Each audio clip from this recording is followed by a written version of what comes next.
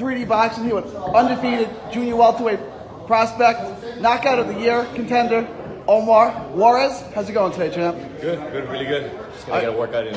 2019 was a breakthrough year for you, and then, I mean, your knockout over in your hometown fight in the Valley went viral. I mean, it was one of the best knockouts of the year. Talk to us about 2019.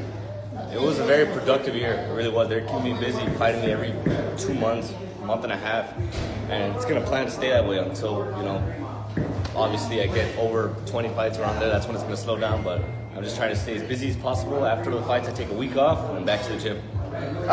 You're staying busy. You got a fight already lined up February 1st in Mississippi on the Ugas versus Mike Dallas Jr. card. A little bit of a step-up opponent, right? 10-1. Talk to us about your opponent. What do you know about him, and what can we expect from you? Yeah, he's 10-1 with 10 knockouts. I believe he's had all this fight in Mexico, but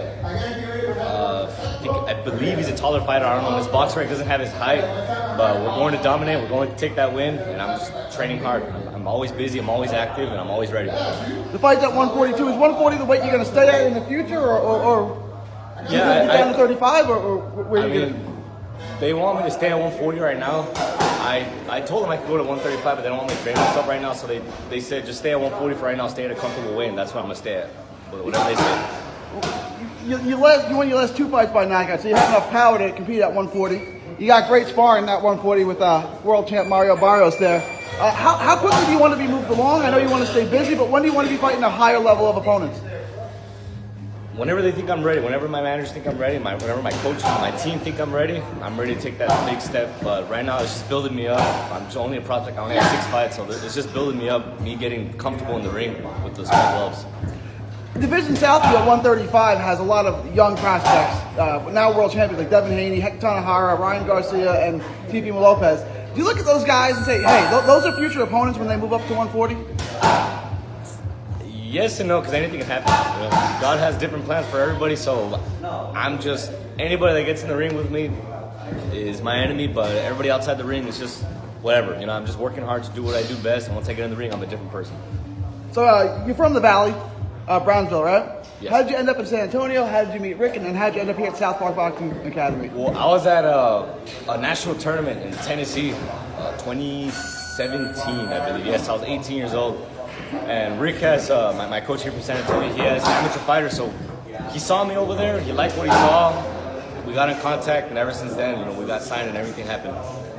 San Antonio's got, like I said, 1 world champion, the 5th ever world champion for San Antonio. When's it going to get its 6th? Well, I guess, would you consider yourself a San Antonio world champ or a Brownsville world champ? I look at myself as a Brownsville world champion, but I look at San Antonio as my second home, because I'm here majority of the time. I'm fighting every 2 months, and I'm here in those 2 months, I'm here that 1 month, so I think San Antonio is the second home. I'm already getting comfortable here in this environment. You were named one of our 5 best prospects to watch. You were our prospect of the month in August, and you scored the knockout. It was August. Yeah, it was August, right? When you scored the knockout in your home. What was it like to score that kind of knockout in front of your home crowd? I know you fought in Houston before, but this was literally your backyard. How was it to get that kind of knockout in front of your hometown crowd? It was a beautiful feeling. I didn't think that was going to happen, Yeah. Like everybody says, what happened during that fight? A little bit of smack talking before the fight, so kind of build up a little bit. But yeah, almost the whole town was there at Edinburgh. It was crazy. You told me you were going to have some hometown fans there, and it was like a sea of red. Everybody was wearing those red Relampago shirts. Yeah. Now you fight in Mississippi. Any of your fans going to travel? You going to have some fans in the next fight? Yeah. Everywhere I go, I fought in Vegas, and I had a couple of times over there too. Not just from Brownsville, from everywhere. And it's always been like I since I was small. With the help of my dad, with the help of my family, we've always had a big fan base. We all had a bunch of supporters, and we're really blessed for that.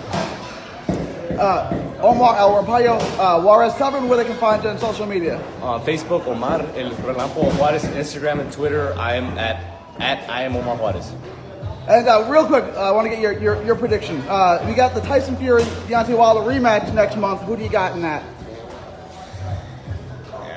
I'm gonna go with Wilder again. I don't know. After what I saw this last fight in Vegas, I'm gonna have to go with Wilder again. I don't know. Maybe there's gonna be a lucky punch. And that's it. You got to stick with the PBC guy, right? Yeah.